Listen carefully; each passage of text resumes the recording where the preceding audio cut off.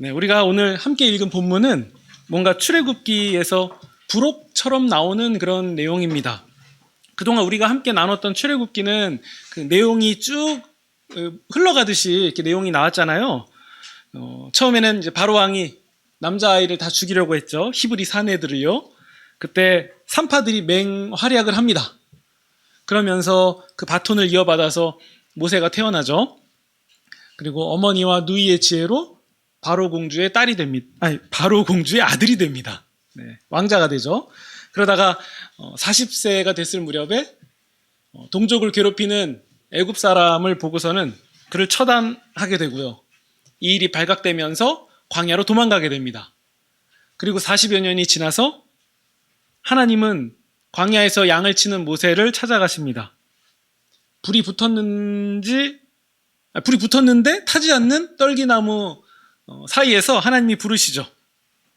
그리고 하나님은 모세를 통해서 이스라엘 백성을 이제 구출해내시는 원대한 계획을 보여주십니다. 그리고 모세는 형 아론과 함께 애굽으로 가서 바로왕을 찾아갔고, 하지만 완악한 바로왕은 말을 듣지 않았죠. 그래서 10가지 재앙을 일으킵니다. 장자가 죽는 마지막 그 재앙을 경험한 바로는 두 손을 다 들고서는 이제는 나가라, 이스라엘 백성들은 나가라라고 얘기해요. 그리고 이스라엘 백성은 광야를 지나서 홍해 앞에 서게 되고요. 하나님은 동풍을 불어서 홍해가 갈라지게 하고 그 사이에 땅이 마르게 하셔서 그 사이를 지나가게 하셨습니다. 그리고 그를 추격하던 애굽 군대는 그 마른 땅을 똑같이 걸어가려고 하다가 결국에는 다 그 합쳐지는 바다에 의해서 전부 다 전멸하게 됩니다. 이제 광야로 들어간 이스라엘 백성은 물도 없고 또 식량도 없는 여러 가지 상황들을 마주하게 되지만 그때마다 물을 주시고 또 식량을 주시는 하나님을 경험하게 됩니다. 심지어 아말렉 족속이 쳐들어오기도 했지만 하나님은 모세와 또 아론과 훌, 또 여호수아를 통해서 그들을 중심으로 전쟁에서 이기게 하십니다. 네, 이 스토리가 머릿속에서 쭉 이제 흘러가시죠. 근데 오늘 읽은 본문은요, 출애굽 여정 이야기가 잠깐 멈추고 다른 얘기를 좀 들려주는 것 같은 느낌이에요. 모세의 장인 어른인 이드로가 하나님이 행하신 크고 놀라운 일들을 소문으로 듣게 돼요. 그래서 하나님이 이 모세와 그 백성 이스라엘을 구출해냈다라는 그 큰 정말 놀라운 일 때문에 이제 모세를 찾아가게 돼요. 그때 이제 장인만 간 게 아니라 모세의 아내와 두 아들들을 데리고서는 함께 갑니다. 그때 모세 입장에서 생각해 보면요, 이게 얼마나 반가운 일이었겠어요. 그때 이제 하나님이 애굽으로 보내실 때 아론과 함께 애굽의 바로왕 앞에 설 때 그때 가족들과 다 헤어지고서는 추정컨대 한 3개월 전후에 간격이 있었던 걸로 보여요. 그 사이에 목숨도 걸고 가서 했던 일이었잖아요. 그리고 나서 다시 가족을 상봉하니까 그때 뭐 핸드폰 전화해서 어디로 와? 어디서 만나? 이런 것도 없이 그냥 마냥 기다리는, 그리고 또 언제 만날지도 모르는 그런 상황이었는데 가족을 만난 거예요. 그러니까 정말 반가웠죠. 그리고 모세는 그동안 자기가 겪었던 정말 이 상상할 수도 없었던 이 놀라운 일들을 장인에게 설명하기 시작합니다. 그게 8절이에요. 우리 18장 8절을 보시면요, 모세가 여호와께서 이스라엘을 위하여 바로와 애굽 사람에게 행하신 모든 일과 또 그들이 길에서 당한 모든 고난, 그리고 여호와께서 그들을 구원하신 일을 다 장인에게 말합니다. 네. 이때 이드로의 반응은 어떻습니까? 9절에 보시면요, 여호와께서 이스라엘에게 큰 은혜를 베푸사 애굽 사람의 손에서 구원하심을 기뻐하였다. 네. 이드로가 굉장히 기뻐해요. 10절, 여호와를 찬송하리로다. 너희를 애굽 사람의 손에서 건지셨다. 11절, 이제 내가 알았다. 여호와는 모든 신보다 크심으로 이스라엘에게 교만하게 행하는 그들을 이기셨도다, 벌하셨도다. 네. 근데 우리는 여기서요, 이드로가 이런 고백을 하지만 이드로가 어떤 사람인지는 한번 살펴보셔야 돼요. 이드로는 미디안의 제사장이에요. 유대인도 아니고 이방인이죠. 그리고 다른 신을 섬기는 정도가 아니라 다른 신의 제사장이에요. 다른 신의 제사장. 우리가 모세의 장인이니까 일단 친근해 라고 접근하지만요, 사실 그는 다른 신을 섬기는 제사장이었어요. 그런데 그런 그가 어떤 고백을 합니까? 이제 내가 알았다. 여호와 하나님이 모든 신보다 크시다. 그러면 이드로는 이스라엘 사람의 편입니까? 아닙니까? 이스라엘 사람의 편으로 보이죠? 이 부록 같은 이야기는 갑자기 왜 이게 갑자기 등장했을까 한번 생각해 보면 앞에서 나왔던, 우리가 지난주에 나눴던 아말렉 전투와 연관이 있는 것으로 보여요. 이게 대조가 되거든요. 아말렉 족속은 이방인인데 이스라엘에 있는 곳으로 왔어요. 그리고 어떻게 했죠? 전쟁을 벌입니다. 그런데 이들은 어떻게 했습니까? 똑같이 이방인이에요. 근데 이스라엘이 있는 쪽으로 옵니다. 그리고 입을 맞추고 문안하며 함께 장막으로 들어가요. 그러니까 아말렉 족속이 했던 행동과 이드로가 했던 행동이 대조가 되는 상황이에요. 근데 완전히 이제 다른 게 보이죠? 아말렉은 적대적이었고 이드로는 호의적이었습니다. 우리가 구약 성경을 보다 보면 하나님이 이스라엘 백성 혹은 유대인들만 구원하시는 것처럼 보이는데 자세히 살펴보면 그렇지가 않아요. 우리 이스라엘 백성이 그 10번째 재앙 후에 애굽에서 나올 때 그때 이스라엘 백성들, 유대인들 외에 다른 사람들도 나왔어요. 우리 12장 38절 함께 볼까요? 12장 38절입니다. 혹시 저 유리문 안쪽에서 제 목소리가 이렇게 시차 때문에 울리는 것처럼 들리시면은 그 TV를 끄거나 소리를 줄여주시면 됩니다. 12장 38절 보시면요. 거기에 수많은 잡족이라는 단어 보이십니까? 수많은 잡족. 우리가 이 현대인이 보기에는 번역이 조금 매끄럽지가 않은데요. 우리가 생각하는 어떤 하대하는 느낌이라기보다는 다른 여러 민족이라고 이해하시면 되겠습니다. 다른 여러 민족. 그러니까 애굽에서 나올 때 유대인만 나온 게 아니라 다른 여러 민족들과 함께 나온 거예요. 다른 여러 민족. 그럼 그 사람들은 누구냐? 일단 유대인은 아니죠. 추정컨대 다른 사람, 이방인인데 유대인과 결혼한 사람이라던가 혹은 10가지 재앙을 보고서는 야, 하나님이 진짜 신이시구나. 하나님 편에 서자. 이렇게 결정했던 사람들 혹은 그 외에 기타 여러 가지 이유로 바로 왕이 아니라 하나님 편에 선 사람들에 해당해요. 이들도 똑같이 홍해가 갈라졌을 때 그 사이를 지나간 사람들이고 이스라엘 백성 가운데 편입된 사람들이었던 거죠.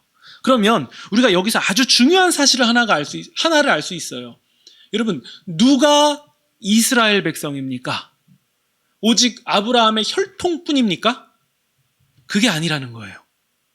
하나님 편에 선 사람이라면 그가 이방인이든 어떤 민족이든 상관없이 그저 하나님 편에 선 사람이라면 그 사람이 참 아브라함의 후손이라는 사실이에요.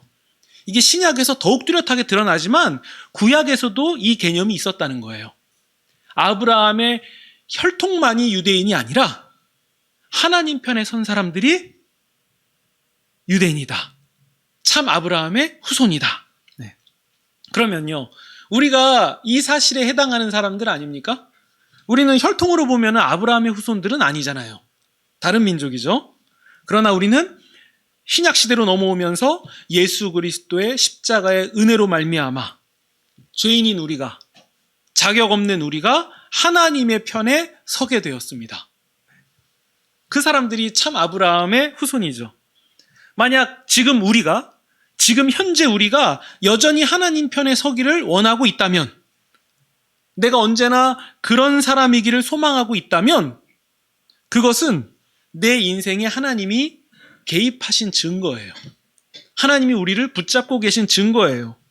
하나님 편에 선다라는 것 자체가 완악한 우리가 스스로 할 수 있는 일은 아니기 때문이에요.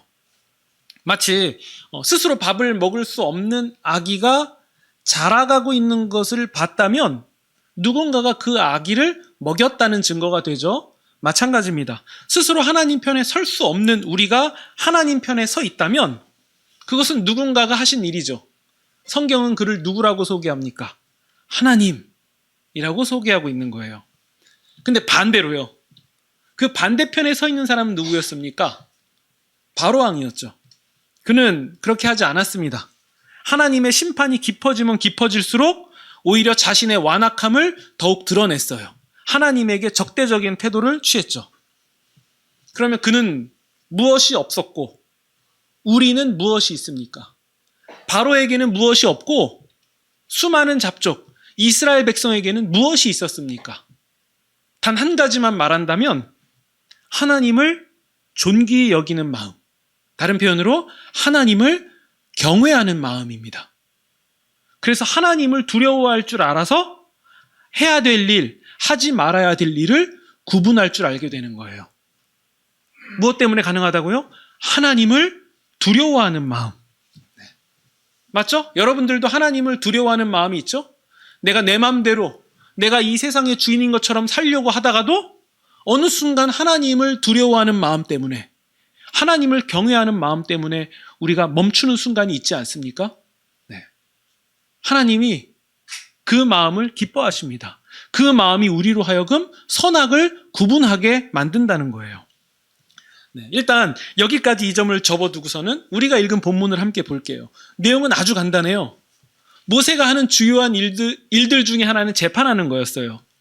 이스라엘 민족이 아마 한 200만쯤 될 것이다 이렇게 추정하는데요. 그 당시에요. 네. 근데 그 많은 민족들 속에서 얼마나 많은 사건 사고가 있었겠습니까? 네. 여러 개인적인 소송이 발생했을 거고요. 모세는 그것을 다 처리해야만 했습니다. 그때 사람들은 누굴 찾죠? 가장 권위 있고 가장 공신력 있고 가장 믿을 만한, 가장 공정한 판결을 내릴 만한 사람이 누구냐? 그 사람을 찾겠죠? 그 사람이 바로 모세였습니다. 근데 모세는요, 그 일이 한두 건이 아니니까 그 일을 처리하는데 하루 종일 시달리고 있었던 상황이에요. 그때 찾아왔던 장인 이드로가 그 장면을 보고서는 모세에게 말합니다. 18절입니다. 일이 너무 힘겹지 않냐? 일이 너무 많다. 이건 다 너가 혼자서 할 수 없다. 21절. 그래서 지혜를 주는데요. 온 백성 가운데 사람을 뽑는데 어떤 사람을 뽑냐면 첫 번째, 하나님을 두려워하는 사람. 하나님을 두려워하는 사람. 두 번째, 진실한 사람. 세 번째, 불의한 이익을 미워하는 사람. 이 세 가지에 해당하는 사람을 뽑아서 백성들 위에 세우십시오. 그 사람을 천부장, 백부장, 50부장, 10부장, 그러니까 그 천단위의 대장, 그리고 백단위의 대장, 이런 식으로 삼으십시오. 22절. 그들이 백성을 재판하게 하고 정말 해결할 수 없는 어려운 일들, 큰 사건만 모세에게 가져오게 하십시오. 그것이 모세와 여러분에게 훨씬 더 좋은 일입니다. 이 장인 이드로의 이 제안은 이스라엘의 이 사법적 혹은 군사적인 제도가 됩니다. 대단한 지혜죠. 그 당시에 이것을 처음으로 생각해냈으니까요.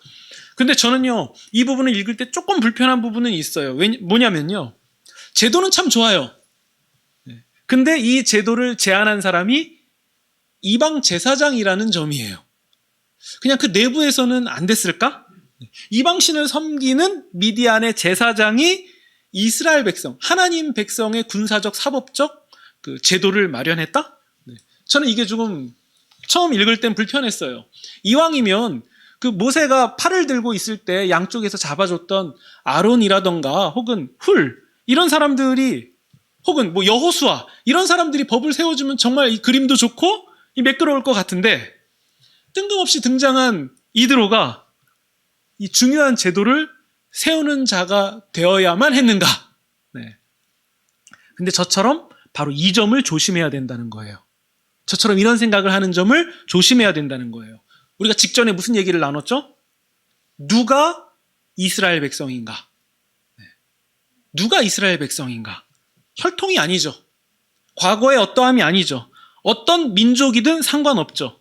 그저 하나님의 편에 선 사람이라면 그 사람은 모두가 하나님의 백성이고 참 아브라함의 후손인 거예요.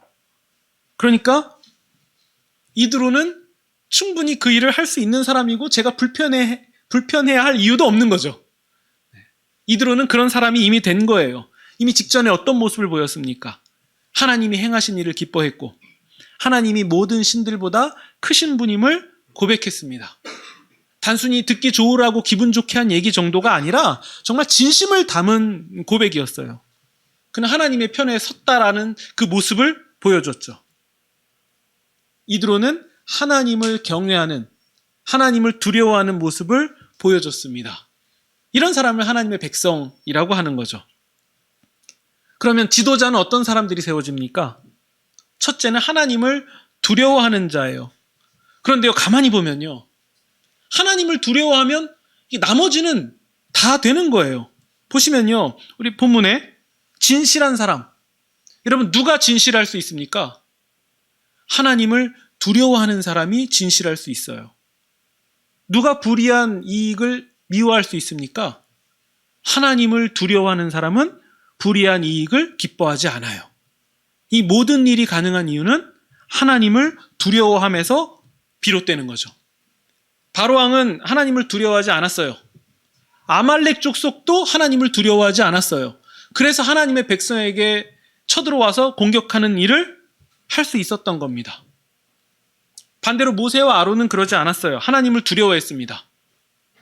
하나님을 두려워한 이 수많은 잡족, 그러니까 다른 여러 민족은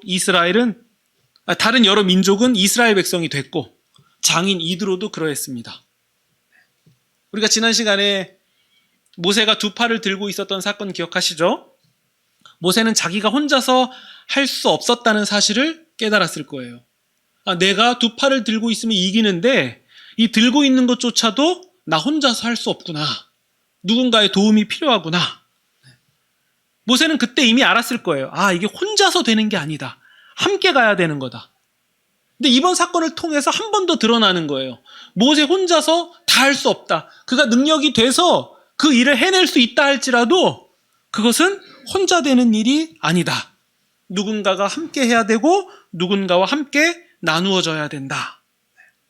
다 어떤 사람들과 이 일을 나누어서 할 수 있습니까? 하나님을 경외하는 사람들과 함께 할 수 있는 거예요. 하나님을 두려워하는 사람들이 하나님을 두려워함을 통해서 진실하게 되고 불의를 미워하게 됩니다. 우리 각종 원치 않지만 들리는 교회의 안 좋은 소식들, 한국 교회에 이런 일들이 있더라, 저런 일들이 있더라. 그런 일들이 발생하는 이유는 어디에 있습니까? 하나를 꼽자면 하나님을 두려워하지 않기 때문이에요. 그래서 그런 일을 저질러도 괜찮다라고 생각하는 거죠. 예수님을 믿는 사람들이 잘못을 저지르는 이유는 뭡니까? 하나님이 두렵지 않기 때문이에요. 그냥 하나님은 마냥 용서해 줄 줄로만 아는, 착각하는 부분이 있기 때문이에요. 하나님을 두려워한다면 하나님의 용서 앞에서 겸손할 뿐이지 절대로 그 은혜를 기만할 수 없습니다. 하나님을 두려워하는 마음 없이 함께하게 된다면 그 끝에는 반드시 균열과 다툼이 있게 됩니다. 우리 교회로 적용해 볼까요? 우리 교회도 마찬가지입니다. 우리 교회는 한 사람이 전부 다 움직여서는 안 돼요. 모두가 함께 가는 거죠. 어떤 사람은 리더를 담당하기도 해요. 그런데 교회라는 이름으로 각 사람이 함께 모여 매끄럽게 흘러가야 되는 그 중심에는 무엇이 있어야 되냐면, 반드시 있어야 되는 게 무엇이냐면 하나님을 두려워하는 마음이에요. 제가 하나님을 두려워하는 마음 없이 제 기능을 담당하게 된다면 그 끝은 반드시 균열과 다툼이에요. 이건 모든 사람에게 동일하게 적용됩니다. 재정을 맡은 사람, 그 외에 여러 가지 각자 요소를 맡은 사람들이 하나님을 경외하는 마음으로 하지 않는다면 반드시 균열이 일어나고 무너지게 되어 있습니다. 왜 지체에게 함부로 하면 안 됩니까? 왜 내가 하고 싶은 말 함부로 다 해서는 안 됩니까? 그거 도덕 윤리 때문입니까? 물론 그 이유로도 훌륭한데요. 하나님을 경외하기 때문에 지체에게 함부로 할 수 없는 거예요. 이게 중요한 점이에요. 하나님을 경외하기 때문에 지체에게 함부로 할 수 없는 거예요. 하나님을 경외한다면 절대로 그런 행동과 말이 나갈 수 없죠. 오직 섬김을 실천할 뿐이에요. 오직 온유할 뿐입니다. 온유함이란 무엇입니까? 하나님을 두려워하는 마음에 그대로 반응하는 것, 그게 온유함이에요. 여러분, 이 동물의 세계 보면은 가장 강한 맹수 앞에서 다른 동물들이 잠잠하잖아요? 그런 비슷한 모습이 아닐까요? 하나님을 두려워하고 하나님을 경외하는 마음 때문에 내가 그것을 알고 취하는 태도, 그게 온유함인 거죠. 그렇다면 진정한 온유함은 하나님을 경외하는 그 마음에서 옵니다. 하나님의 강하심을 인정하기 때문에 온유한 거예요. 결국 우리가 사람을 대하는 일도 하나님을 경외하는, 하나님을 두려워하는 마음에서 옵니다. 우리 개인적인 신앙도 마찬가지입니다. 하나님을 두려워하는 마음이 있어야만 완악한 나를 이길 수 있는 거예요. 도무지 변하기를 원치 않아 하는 나를 이기는 힘은 하나님을 두려워하는 마음에서 오는 거예요.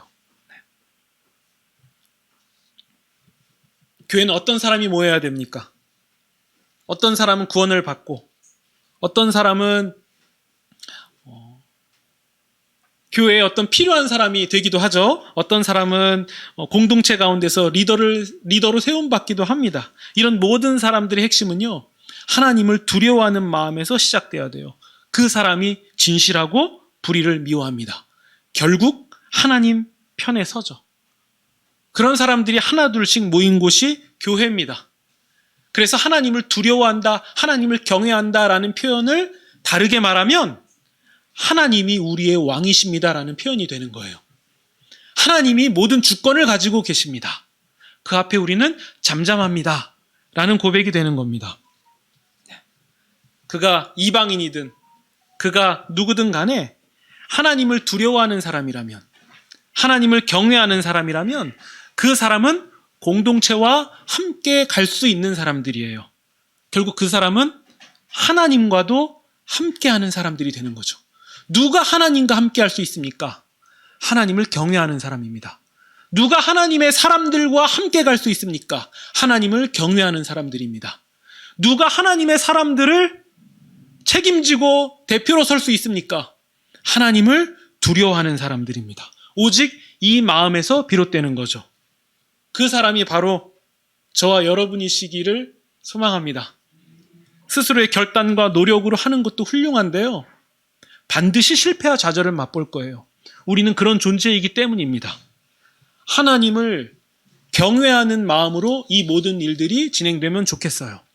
내가 교회를 섬기는 일, 내가 내 삶에서 행하는 모든 일들, 하나님을 두려워하는 마음으로 사람을 보고 그 일을 한다면 우리는 달라지는 것을 경험하게 될 것입니다. 혹자는 그 사실을 기억하는 게 뭐가 그렇게 큽니까? 라고 물어볼 수도 있겠지만요, 저는 운전할 때마다 경험해요. 빨리 달려가다가도 카메라를 보면 브레이크를 밟아요. 카메라를 경외한다는 게 좀 이상하지만 두려워하는 마음으로 그렇게 해요. 누가 시키지 않아요. 옆 사람이 그냥 가 혹은 멈춰 이런 얘기 안 해도 카메라를 보는 순간 저는 내가 빠르구나 이것을 인지하고 멈춰요. 하물며 하나님께 카메라에 비유해서 참 죄송스러운데, 하물며 우리 삶에서 하나님이 진리 되시고 선악을 판단하시며 모든 것을 주관하시는 구원자 되시는 그 하나님이 우리 하나님이다라는 사실을 우리가 마음 깊이 담고 그 하나님을 경외한다면 우리도 브레이크를 밟지 않을까요? 이건 안 돼. 이건 해야 돼. 이건 주님이 기뻐하셔. 이건 빨리 버려야 돼. 여기선 돌아서야 돼. 이 자리에 오래 머물면 안 돼. 나를 그렇게 만드는 힘은 하나님을 경외하는 마음에서 오는 거예요. 그 사람들이 하나님과 함께하는 사람이고 그 사람이 하나님의 백성과 함께하는 사람입니다. 바로 이 하나님을 경외하는 마음으로 주님과 동행하시며 하나님의 사람들과 동행하시는 저와 여러분이 되시기를 주님의 이름으로 축원드립니다.